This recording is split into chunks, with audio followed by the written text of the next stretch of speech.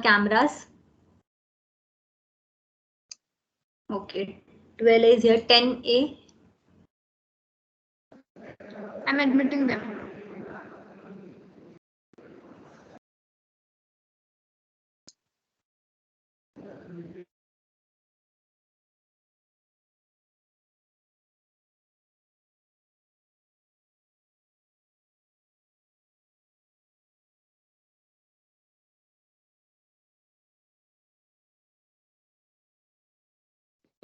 Ten A, are you able to hear us?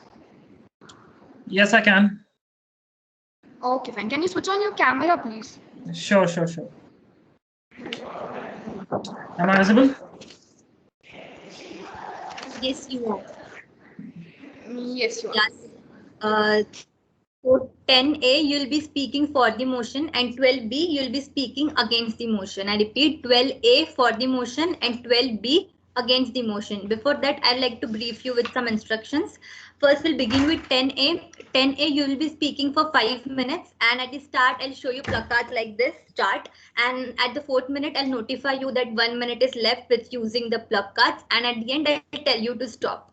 After that, we'll go to 12B. 12B, you will be speaking for 7 minutes, and it includes the rebuttal as well. 5 plus 2, total of 7 minutes. And the same goes, I'll tell you when to start. I'll notify you when 1 minute is left, and then I'll tell you when to end. After that, we will again go back to 10A, and then 10A, you'll be speaking for 2 minutes, which is the rebuttal thing, and I'll tell you when to start and stop. So am I clear with the instructions? Yes, it's fine. Yes. It's all right. Okay. Judges, may I have your permission to start the debate? Great. Okay, so we'll begin with 10A. 10A, are you ready? Yes, I am. Okay, so we'll go in the countdown of 3, 2, 1 and start.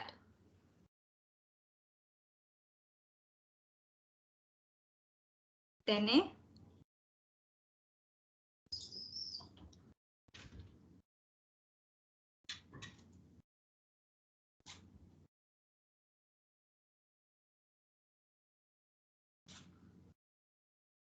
Then A, we are not able to see you properly. I guess you're hung something.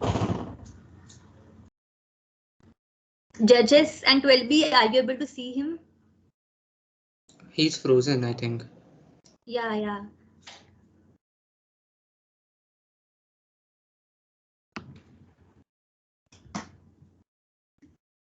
Pooja, are you there?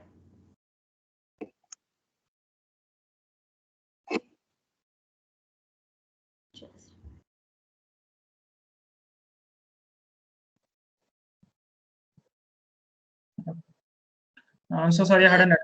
I'm so sorry about that. Okay, are you there? Have you logged in from 2 devices? Because I'm seeing 2. No, actually, I've logged in through the browser. Okay. So are we good to go then?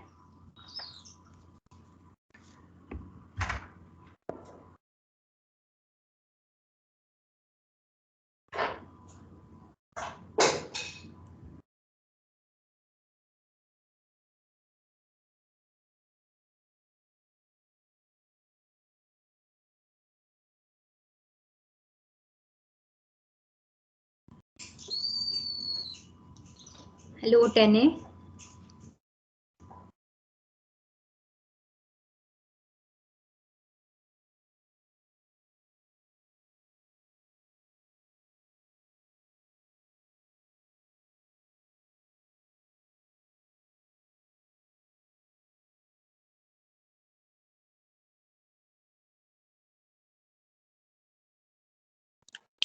Hello, am I audible? Yes, you are. Yeah, this won't happen again. I've changed the network. Yeah, it's fine. It's fine. It happens. So are we good to go now? Yeah, I'm ready. Should I begin? Okay. In 3, I'll give you the countdown. We'll go in 3, 2, 1, and then start. Okay. Start. Good afternoon, everyone. Let me tell you about a man named Bachchan Singh who blatantly murdered his wife and was sentenced to life imprisonment. And after serving his sentence, he went on to live with his cousins, where he murdered 3 more people of his family. And this time he was given the death sentence. And out of this case, the doctrine of rarest of rare case came, in which the court also agreed that some crimes are of such a heinous nature that sentencing someone to death is the most viable option. And thus it makes the death penalty a boon. If he was not given the death penalty, then it would have been a mockery of our judicial system. Because instead of correcting his mistakes, he just repeated it. And the judiciary was not about to do the same. And this is not to say that every committed crime should be tried on with the mindset of actually giving the death penalty. But of course, it should not be completely out of the view given the circumstances of a particular crime. Rape is one of the most prominent crimes in our country. Every year, 100,000 instances of rape are being recorded. Everyone is aware about the Nirbhaya case. And now after 7 years of trial, the convicts were finally given the death penalty. And Nirbhaya and her family finally got the justice that they deserved. And not just them, the whole nation rejoiced that decision. Then how can we call the death penalty a bane? It took 7 years to make that decision. In those 7 years, proper thought was put in the decision making, which was made by the top judicial professionals of our country. By going against the death penalty, the opposition is directly going against the decision of the courts in these cases. 26th of November 2008. It is not just a date, but a dark day for India, when Ajmal Kasab, along with his companions, murdered hundreds of our people in the streets of Mumbai. And he was also hanged after 4 years. Now we can observe here from these cases mentioned that it always takes a couple of years to convict these criminals, which tells us that it is not an irrational process. Even these criminals get a chance to defend themselves in court and exhaust the remedies which can help them actually prevent the death penalty. But of course, they are unable to do so as the heinous nature of their crime suggests. And how can they? Ajmal Kasab was a man that even a 5-year-old would agree deserved to be hanged. The death penalty being a boon is not actually about always giving the death penalty. It also serves as an example of strictness against criminals. It makes the criminals realize that there are consequences for their actions and that they cannot always get away with their crimes with a few years in jail.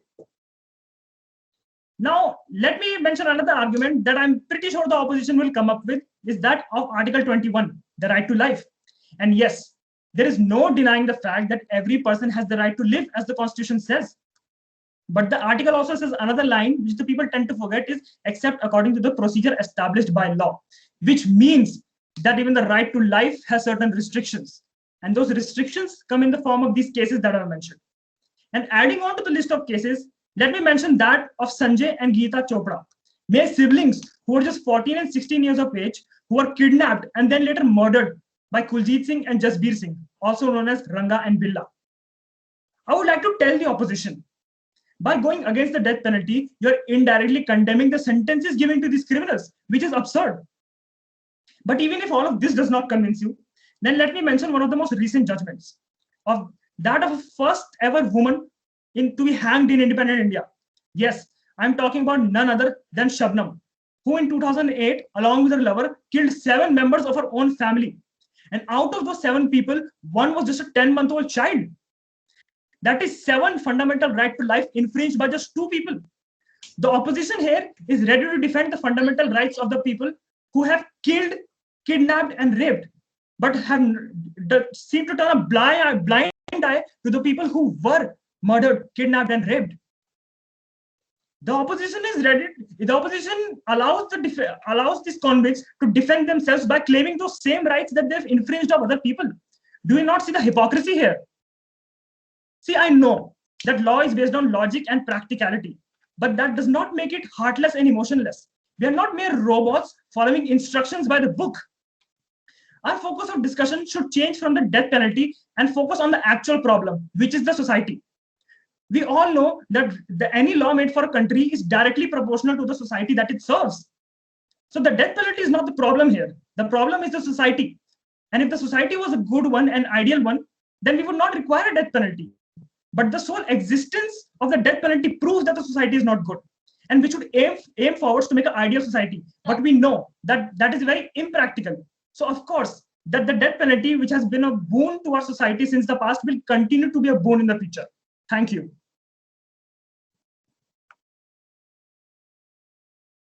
Yeah, thank you. 10A, just a minute. Yeah, 12B will begin with you. Are you ready? Yes, am I audible? Yeah, you are. Okay. Okay, so we'll go in 3, 2, 1 and start. Capital punishment is where the state sentences a person to death. Since the dawn of time, humans of every generation have had the ambition to develop a better and safer world for their children. This drive for society is what has allowed us to enjoy the luxuries of modern world. Capital punishment is an ancient punishment given to the worst members of our society, and I'd argue that it is an outmoded and barbaric punishment that holds us back from being more civilized. In theory, capital punishment is supposed to act as a deterrent. It is supposed to show potential criminals the consequences of their actions, which will make them stop from acting in that way. In the old days, when morality was rarer and enforcement of law was fickle, the public executions displayed the consequences of crimes openly, with punishments such as drawing and quartering, burning at stake, and even crushing by elephants in some cases. The effectiveness of such measures, however, has always been debatable, and the need for them decreases as the public sense of morality grows. When members of society truly understand the merits of being a part of it, the rate of deviance tends to fall, and so does the need for extreme punishments. It is argued that the methods of execution used today are more humane than the blood curdling methods of the past. However, even today, the delay between sentencing and execution can be considered to be torturous, where many convicts are reported to have breakdowns on death row, as they have no concrete idea when they will die. In India, the 35th Law Commission outlined the disparity in levels of morality as well the diversity in population of India as a reason justifying capital punishment when discussing the constitutionality of capital punishment. While the report came out in the 1960s, and since then, despite having capital punishment, there has been no significant decline in the rates of the crimes which carried the punishment. What's more is that the issues described in the report are complex sociological ones and can only be solved through education and developing a shared empathy. Killing criminals does nothing more than provide an illusion of closure, when in reality we do nothing to stop future crimes. This can be also seen in the tragic Nirbhaya case, as mentioned earlier, where the general public was rightly outraged by the abhorrent nature of the crime, but felt at peace when the criminals were hanged. But despite this, there has been no significant decline in the crimes of such nature. In this case, what has capital punishment achieved? We must ask ourselves, is it okay to live in a society where we ourselves foster criminals, kill them after they've done their crime, pat ourselves on the back after we kill them, and simply move on after that? One thing that I think we can all agree on is that dangerous individuals must be separated from the general population, as it is in the interest of the society as whole. With capital punishment, we go beyond simply separating individuals. This is unnecessary and immoral. Where society has failed the criminals already in their wrong upbringing, we kill them in the name of justice. But is justice really served? The crime committed cannot be reversed, and future crimes are not deterred. Plus, the sense of retribution which we get is tainted by blood. Another issue lies in the irreversible nature of capital punishment. Studies have shown that the chances of wrongful conviction are not none. And with capital punishment, we risk killing innocents at worst. By enacting capital punishment, we as a society succumb to the urges of retribution and vengeance, which is akin to answering violence with more violence. And honestly, we owe it to each other to be better than that. This is laid out in the works of great philosophers such as Immanuel Kant, who insisted that ends do not justify means, as means are by themselves ends. Capital punishment in India was initially the norm, and life in prison was the exception. However, post-independence, we had the wisdom to enact the doctrine of rarest of rare cases in the Bachchan Singh case.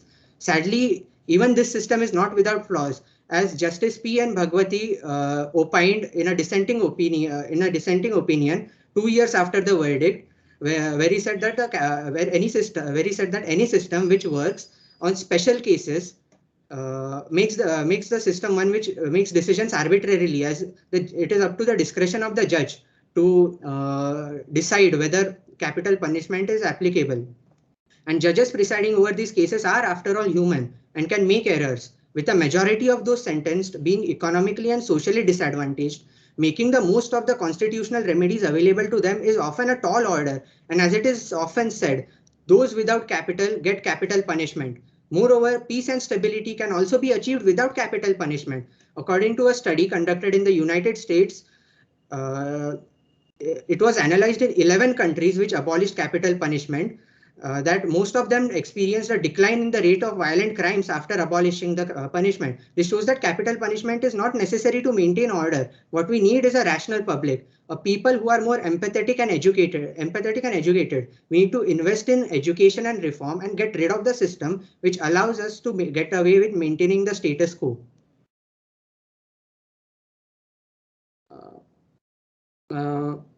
May I ask how much time is left?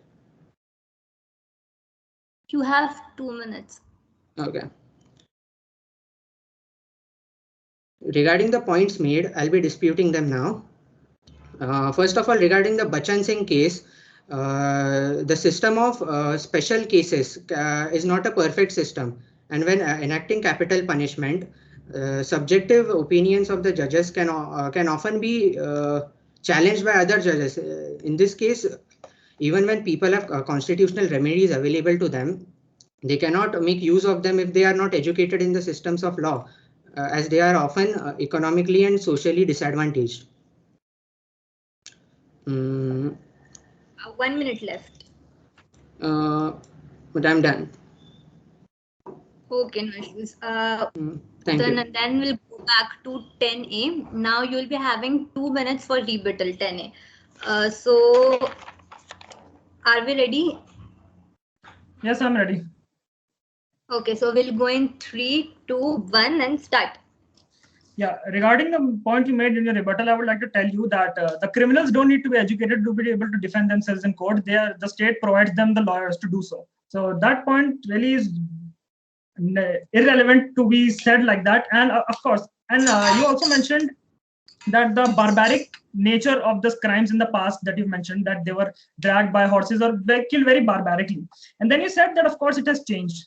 So that slightly also says that you kind of somehow agree with the point that the death penalty, of course, it required reforms, but not abolition totally in general.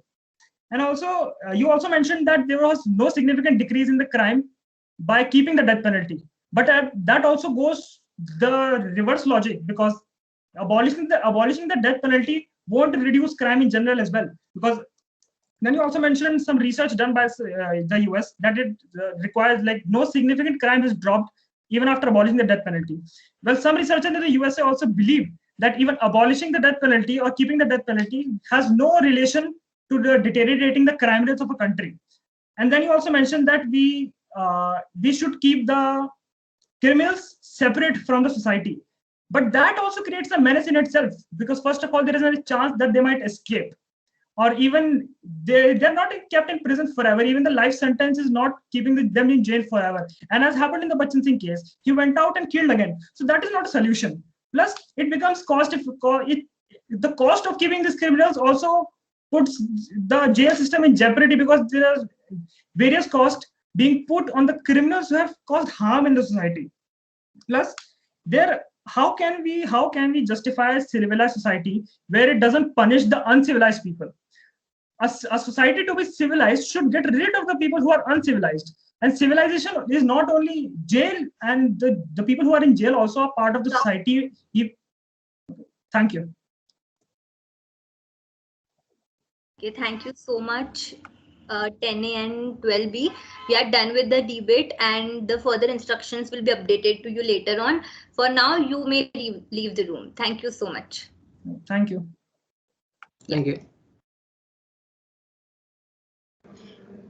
Yes, Manasvi will have 12A and 8B now.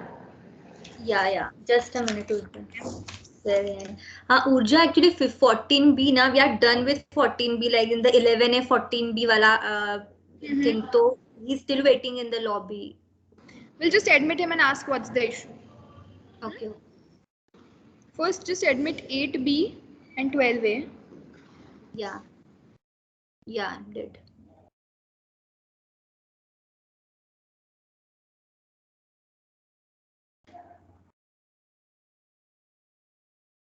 At 12A and 8B, are you there with us?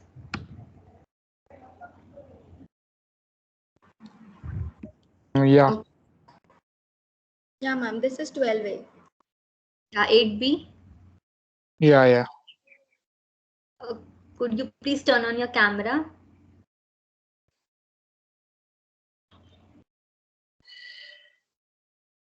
Yeah, perfect. Okay. So 12A and 8B, let me tell you that 12A you will be speaking for the motion and 8B you will be speaking against the motion. Okay, I repeat, 12A for the motion and 8B against the motion. We'll start with 12A. 12A you will be speaking for 5 minutes at the start, and I'll notify you to start with placards like this, start, and then you should begin, and at the end, like at 4th minute, I'll notify you that there's 1 minute left so that you can wrap up your arguments, and at the 5th minute I'll tell you to end. After that we'll shift to 8B. 8B you'll be speaking for 7 minutes, and that would be 5 plus 2. It would be including rebuttals as well. So I'll again tell you when to start. I'll tell you when it's 1 minute left and when to end. After that we'll again come back to 12A. 12A you'll be now getting then 2 minutes to do the rebuttal, and I'll tell you to start and stop using the placards. So am I clear with the instructions so far?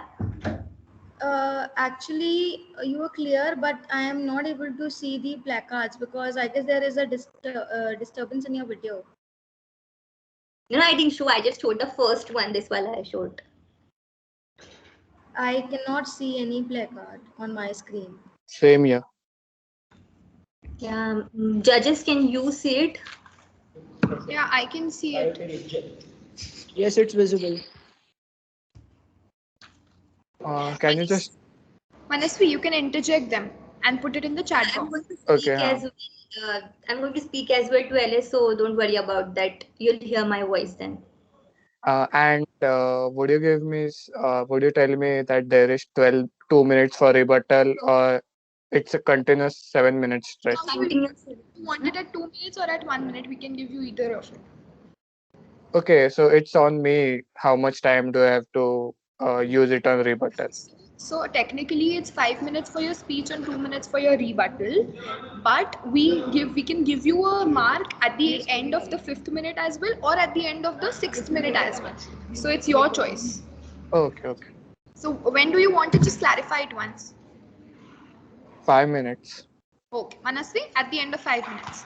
Yeah, And I'll do that. you are going to speak for 5 minutes first, and then after that for the 2 minutes. After 8B finishes speaking.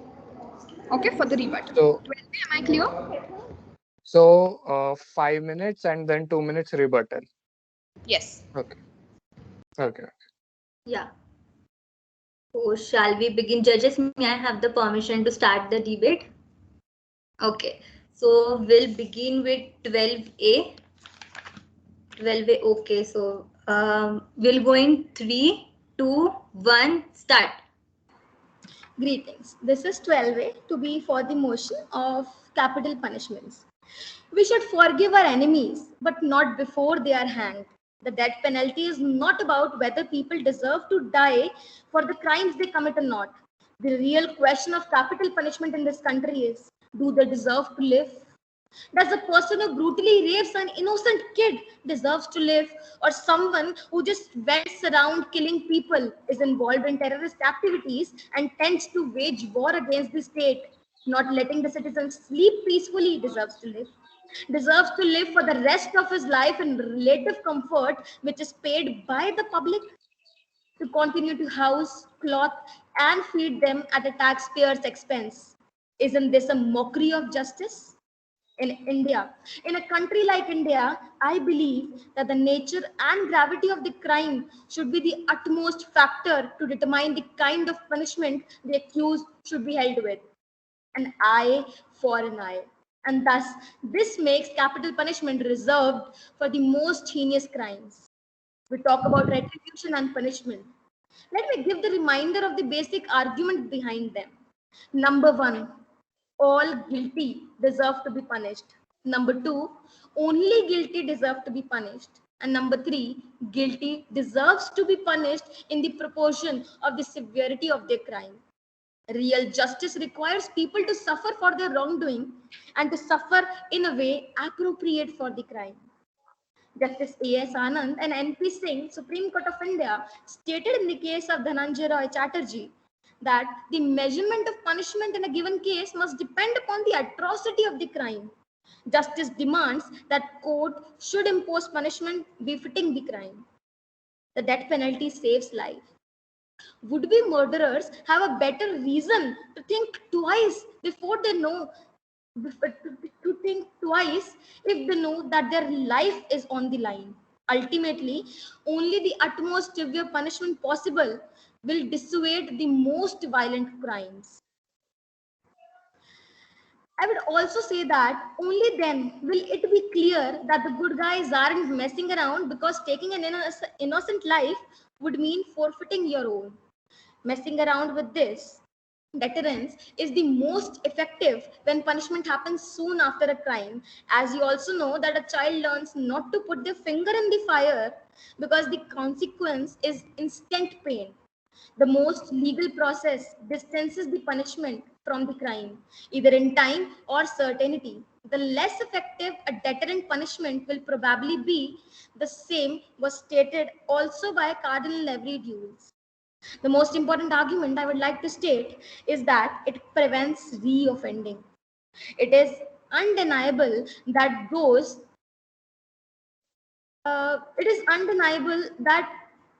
people who are executive cannot commit further crimes. Many people don't think that it is just sufficient justification for taking human life, taking Article 2021 into consideration, and argue that there are other ways to ensure that the offenders do not reoffend, such as imprisonment for life without the possibility of parole.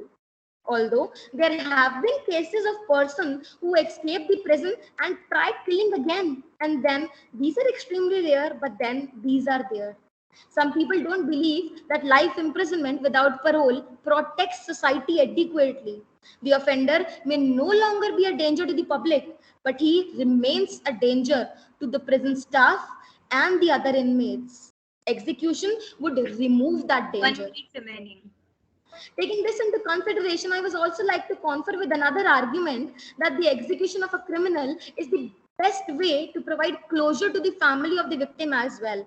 They can finally put the crime behind them and move on, knowing that there is no possibility of the person who took away their loved ones to leave the prison or to walk freely.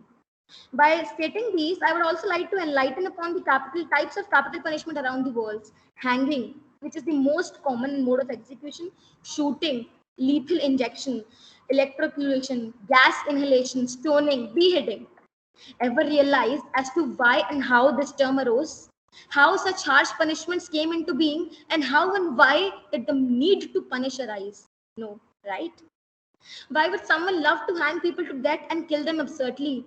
It's just because this becomes a necessity in some cases, and such cases should not be dealt with leniency. Thank you. Stop. Yeah. Thank you, Yeah. 12A. 8B, I'll begin with you. Are you ready? Yeah. Okay, so just a minute. So we'll go in 3, 2, 1, and start. So the the most the countries with most executions are China, Iran, Iraq, and Saudi Arabia. And these countries, we know they don't have a good record of following human rights. And if you see the reasons why they took someone's life, the reason for China, along with other serious charges like rape, murder, was corruption. Corruption, we see the in Indian perspective, we won't take a life for a charge of corruption. Similarly, in Iran, Iraq, and Saudi Arabia, the charge was blasphemy. Again, we will disagree on that, because most of us would not think that blasphemy is a grave charge that would necessitate the state to take a life of a prisoner. And this is the problem with capital punishment, as because we can, as a man, as a civilization, we cannot even uh, classify the crimes that classify the crimes that require execution, and that's the problem, because as you can see, most of the crimes, like corruption and blasphemy, are political in nature, and that's the problem with capital punishment. It's not a deterrent; it's more of a control factor. Then we can see that there is also the problem of judicial bias. As you know, in a study done in the United States of America, it was seen that black, the African American inmates got harsher penalties. We like to think that the justice is blind, but it is not, because the people who run the system are also have their set of prejudices, and this is another big problem, that someone that is innocent can get under capital punishment, and that's the big problem. Then there's the tampering of proof, false witness or testimony. This is also another problem, because as you know, we like to think our judicial system is perfect, but it is not. Not be, not not because of systematic framework, but because there are imperfect people running it, and that's the biggest problem with capital punishment. Because capital punishment can only work if we have a theoretically correct system, theoretically perfect system, and that perfect system can only be produced with perfect individuals, and we can't have that. Even robespierre Robespierre, the guy who was responsible for thousands of French beheadings during the French Revolution, was against capital punishment, but when he got the to power to to stop his political prisoners, political opponents, he used that. And that's because absolute power corrupts absolutely. And if we have capital punishment, you give the government some that kind of power over its people. Then the other problem is cost.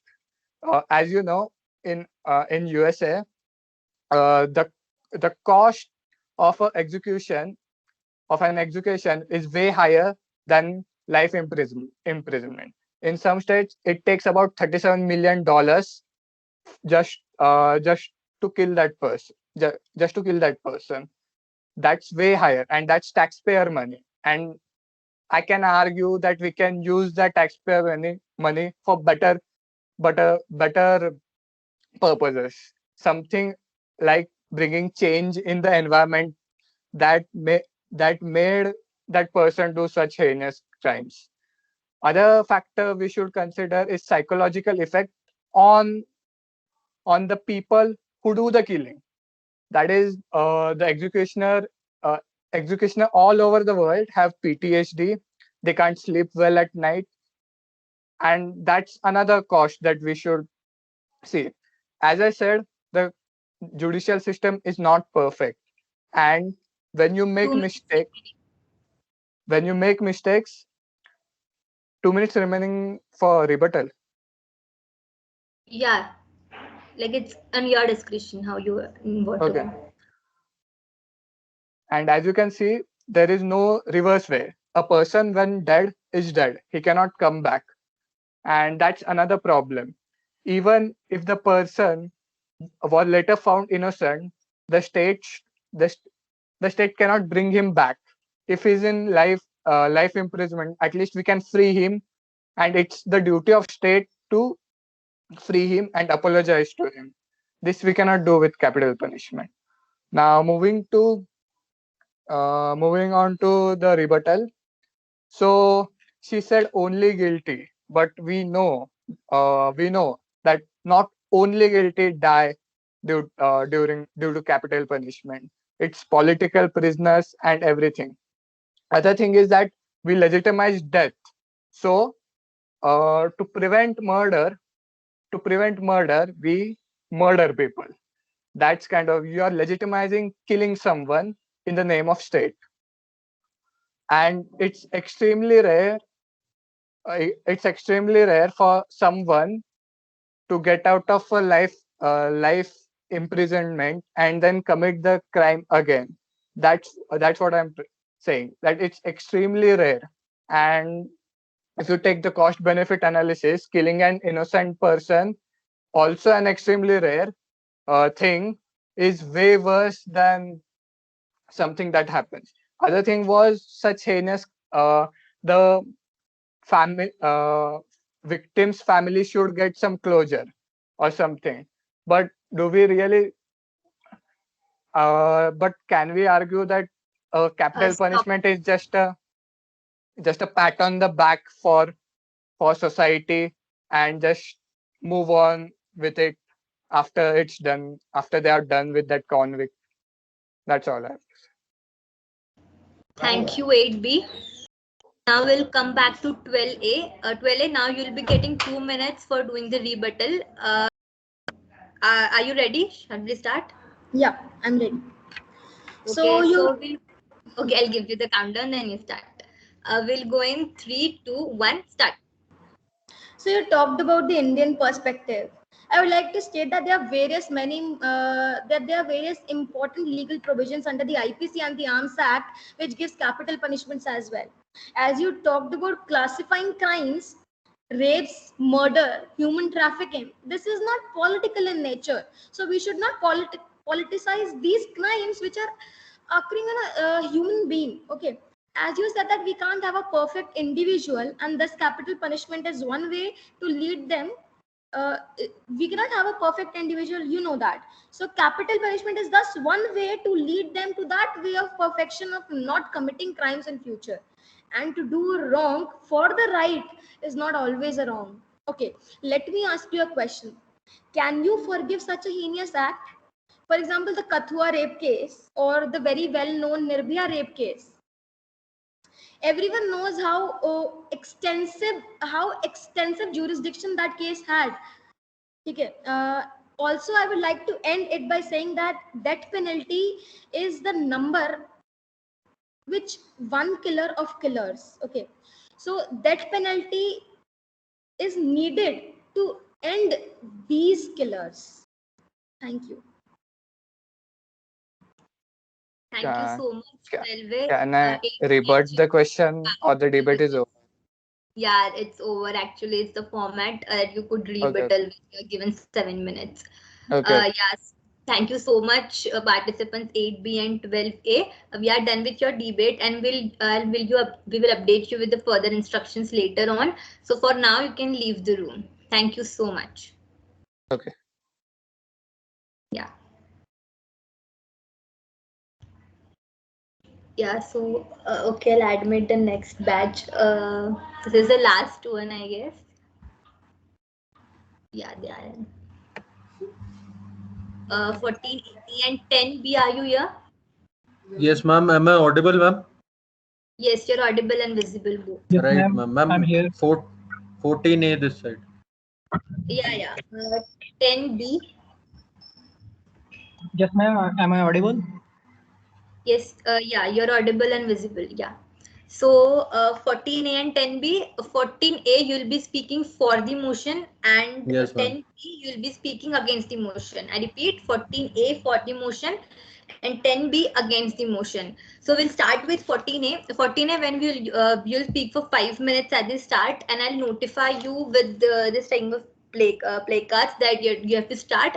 At the 4th minute, I'll notify you that 1 minute is left so that you can wrap up your arguments. And at the 5th minute, I'll tell you that it's time over and you need to stop. After that, we'll go to 10B. 10B, you'll be speaking for 7 minutes, 5 plus 2. That includes rebuttals as well. So I'll be notifying you once again to start. I'll notify you when there's 1 minute left, and I'll tell you when to end as well. So we'll again come back to 14A after that. 14A, now you'll get 2 minutes to rebuttal 10B, and then we'll be wrapping up with the debate. Am I clear with the instructions so far? Yes, ma'am. Right, ma'am. Understood. Okay. So judges, may I have your permission to start with the debate? Okay, great. All the very best participants will begin with 14A. 14A, are you ready? Yes, ma'am. Ma'am, could you please confirm, am I clearly audible? Yes, 14A. Judges, Right, is it clearly right. audible to both of you? Yes, yes, 14A, you're audible. So I'll do the countdown now. We are Right, to ma'am. going 3, 2, 1, go. So Start. greetings to the house. The motion before the house is capital punishment, a boon or a bane, and I shall be speaking for the motion that capital punishment is a boon for the society and it exists for the betterment of the society. So first of all, speaking about capital punishment, it stands for the most severe form of punishment that exists on our planet Earth. It is awarded to the most heinous, grievous, and detestable crimes against humanity. Although the meaning varies from country to country, capital sentence basically means the sentence to death. And when we are specifically dealing with India, we come to the Indian Penal Code 1860, which deals with death sentence for various offenses. Now, when I'm talking about these offenses, some of these are punishment for criminal conspiracy, murder, waging or attempting to waging or attempting war against the government of India, abetment of mutiny, and dacoity with murder. So one of the controversies that have existed in India is the legality of capital punishment. And it has been consistently proved that it is a valid and legal practice happening in India. So there are some cases which prove this, which I would like to cite. So in Jagmohan Singh versus State of Uttar Pradesh, a five-judge bench upheld the constitutionality of death penalty. It held that the deprivation of life is constitutionally permissible if the sentence is given as per the procedure established by law. And also, there is a landmark case, Bachchan Singh versus State of Punjab. Uh, this is a landmark case because in the for the first time in history, the rarest of rare doctrine was coined, in which the Supreme Court affirmed the constitutional validity of death penalty. It said that if the capital punishment is provided in law and the procedure is a fair, just, and reasonable one, the death sentence is awarded to a convict. However, this will only apply to the rarest of rare cases. Now, when I come to the important examples of rarest of rare cases, which are considered as epitome of rarest of rare cases, I would like to cite three examples. One was when the four convicts in the Delhi gang rape case of 2012, which is famously known as the Nirbhaya rape case, were convicted and executed by hanging till death. And this clearly fell under the rarest of rare cases. Then in 2015, Memon was executed by hanging till death for his role in 1993 bomb blast case. And in February 2013, Afzal Guru was convicted and executed for his role in 2001 parliamentary attacks. Basically, if I sum all this up, it is clearly evident that the case law suggests that death penalty is regarded as constitutional in India. It is a valid practice despite several legislative attempts to abolish death penalty. Those all those attempts have failed, and to this day prevalent in India. As it is prevalent in India, it can be clearly seen from the recent case of Ajmal Amir Kasab, who was executed in 2012. Now, as I talked about the rarest of rare cases, there is a set criteria which determines this. It was set in Machi Singh versus State of Punjab, which outlined basically five principles which deal with whether a case falls under the rarest of rare doctrine or not. First is the manner of commission of murder, then comes the motive behind the murder, and then is the antisocial or abhorrent nature of crime, magnitude of the crime, and finally the personality of the victim of murder. Further, there are some more cases such as Sher Singh versus State of Punjab and Triveni Ben versus State of Gujarat, which also cite 1 minute. that it is a perfectly legal practice. Yes, ma'am. 1 minute left. Continue. Right, ma'am. So it is the best form of punishment to deter crimes and to get a country free of crimes. If a criminal does a barbaric act without any sense of humanity, he in no way deserves to be treated with humanity. And if there is no scope of death sentence, there is a high chance that crimes will be repeated again and again, especially those criminals who can't earn bread for themselves. When we talk about the ultimate fear a human can experience, it is definitely death. And if death penalty is itself abolished, criminal, terrorists, rapists, murderers, they will lose the ultimate fear, which will boost their confidence in a negative manner. And also, the law of deterrence says that there should be an important example which deters people from committing a particular crime, which is why capital punishment was, is, and will always be the need of the hour. And there was people will always exist to who are ready to disturb the peace, security of the harmony of the society, which I believe capital punishment is a boon for the society. With this, I rest my case, and I am proud to propose the motion. Thank you, 14A. Now we'll proceed with 10B. Yeah, so 10B, are you ready? Ma'am, am I audible? Clearly visible? Yeah, you're audible and visible. Should I start? Yeah, you go in 3, 2, 1. Ma'am, wait a second. Ma'am, light has, there is a problem. Wait a second. Yeah. We are sitting in the library. Okay. Yeah, no issues. We understand. Take your time.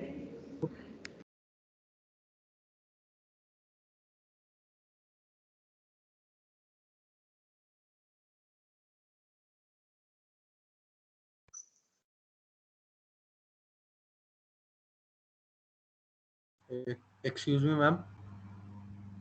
Yes. Ma'am, can we note down points for the rebuttal? Yeah, you can. Okay.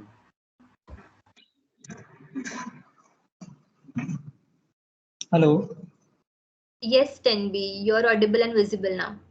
Okay. We should forgive our enemies, not before. Just a minute. I'll give you a countdown and then you begin. Okay. I'll play the timer. Okay. So go in 3, 2, 1, start. We should forgive our enemies, but not before they are hanged. The deed teaches us the principles of the morality, conduct, and the diminished.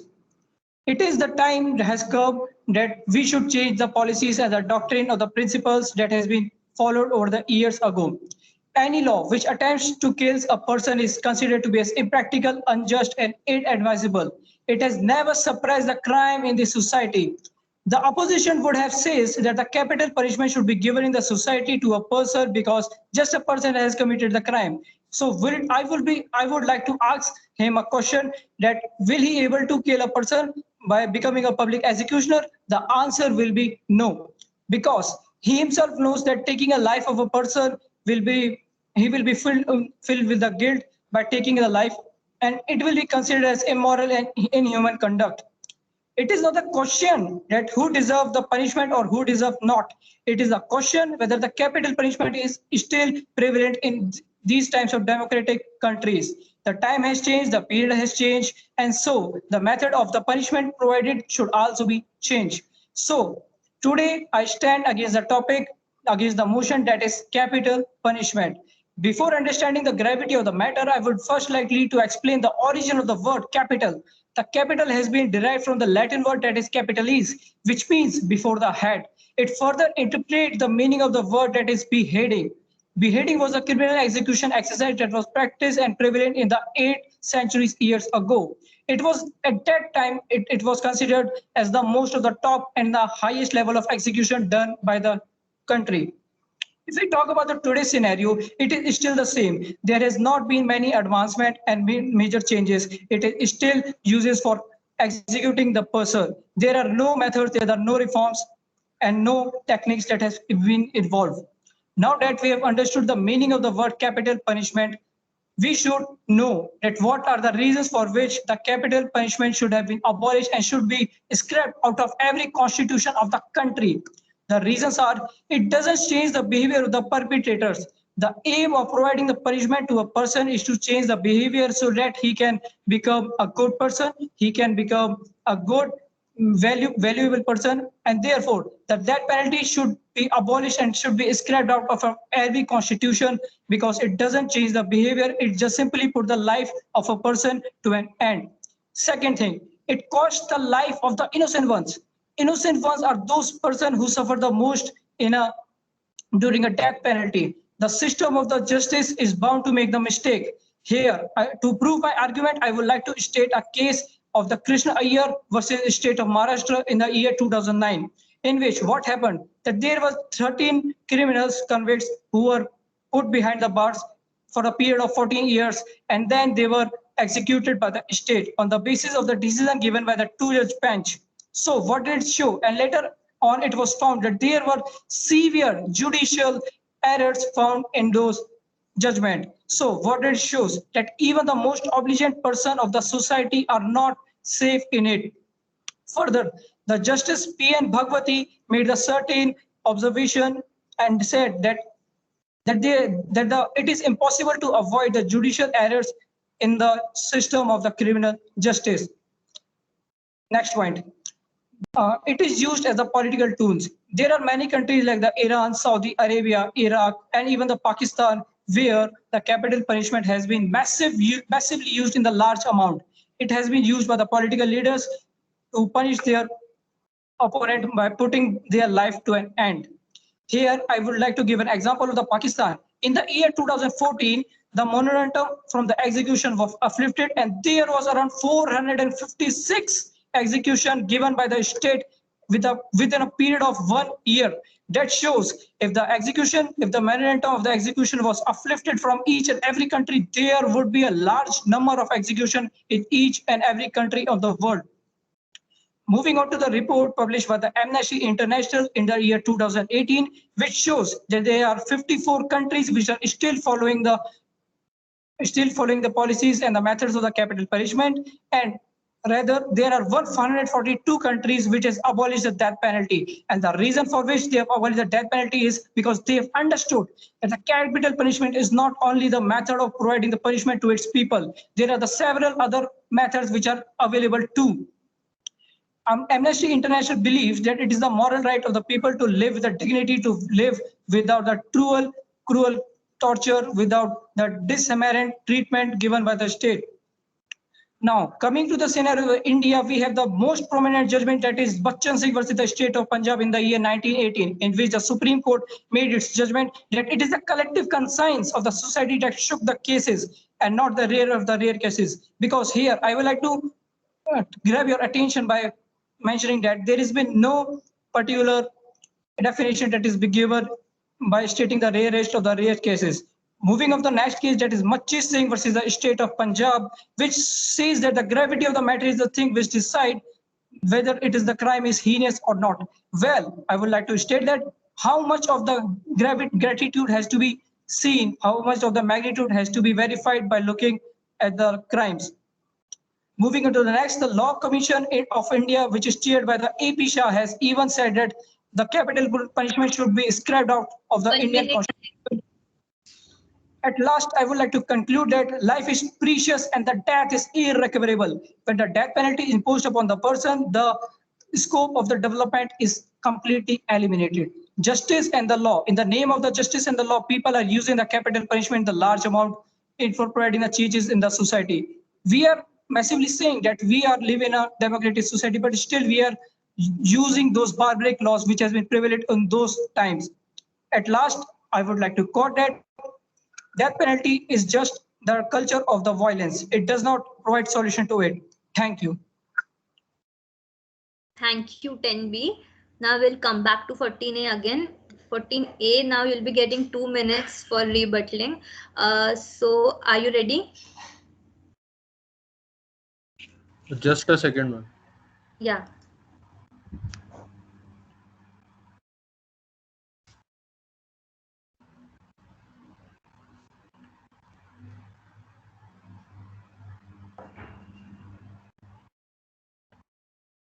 Okay, ma'am. So you will be giving the countdown, ma'am, now? Yes, I'll be giving Okay. it. Right. Okay, so we'll go in 3, 2, 1 and start. Okay, so the first point being is my worthy opponent mentioned that we should forgive our enemies, and we should, basically what I want to cite here is that the principle of forgiveness, the crimes that have been committed by such people are unforgivable, which is why we call them uncompoundable offenses, which has been described under the legal fraternity. So if we go deep down in it, the crimes are of unforgivable nature, because of which the punishment is unforgivable. Now, I would also like to say that my worthy opponent also mentioned that capital punishment is an immoral conduct. Now, I would like to say that it is not an immoral conduct, it is a legal conduct, it is a legal practice which has been practiced from centuries, and it is through the experience of renowned jurists who have put in their whole life to judge what a particular law says and how the capital punishment should be awarded, through which we should not term this as an immoral conduct. However, definitely we should say that the conduct that has been done by the criminal is definitely immoral. However, the capital punishment is not immoral, it is a legal conduct. Then my worthy opponent also mentioned that he mentioned a case where innocent ones were killed, they were executed. However, I would like to say that he only mentioned about the judicial errors. Now, judicial errors do not compensate for the barbaric acts committed by the people who committed that particular crime, and it does not compensate for the abhorrent nature of the crime committed by those criminals. And also, my worthy opponent also asked me that what about the rarest of rare cases doctrine, have not mentioned in particular what the doctrine says about it. So it is clearly mentioned in Machi Singh that manner of commission of murder, motive, antisocial, personality of victim of murder, and magnitude of crime is what determines whether a case falls under rarest of rare doctrine or not, which is why I'm proud to propose the motion. Thank you. Thank you so much, 10B and 14A. We are done with your debate. You'll be updated about the further instructions later on. So for now, you can leave the room. Thank you so much once again. Thank you. Yes. Thank you, ma'am. Thank you so much, participants, for your patience. It really means a lot to us, and hope you have had a nice experience debating. You may leave the room and join the link for the judges' feedback and the result declaration at 5 o'clock. We have sent it on the participants group. Thank you, ma'am. Okay, ma'am. Thanks. Yeah.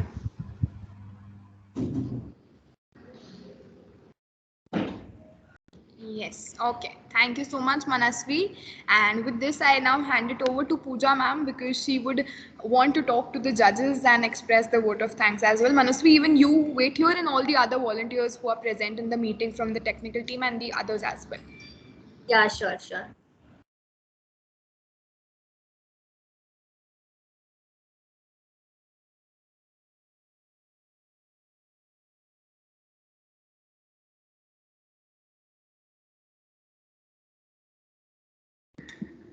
Hello Shweta ma'am. Hello Anjali ma'am. Thank you so much for judging our competition for English preliminary round. So I just wanted to ask about your experience.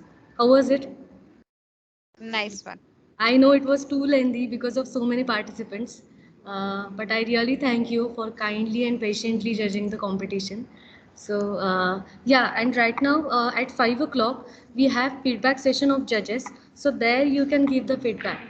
Means whatever you experience, means whatever good or bad side of the competition, or if you want to suggest anything or any other suggestion regarding organizing the competition, even that is welcome.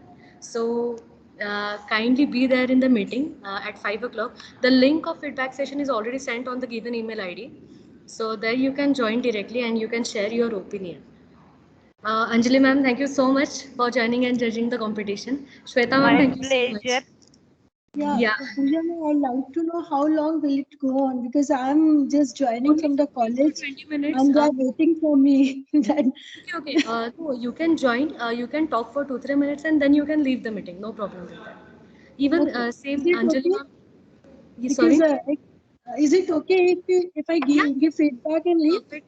Yeah, sure. Perfectly fine, ma'am. No problem with that. I'm so By the sorry way, because as I'm in college and others are waiting for me, so I can't wait long. I'm extremely sorry for that, ma'am. Yeah, It's you okay. can. It's okay. Yeah, you can just give feedback in short, and then you can immediately leave. It is not compulsory to give feedback for each and every participant. In general, we can do. In general. Yeah. Yes, ma'am. Now I conclude that. Now I conclude this session.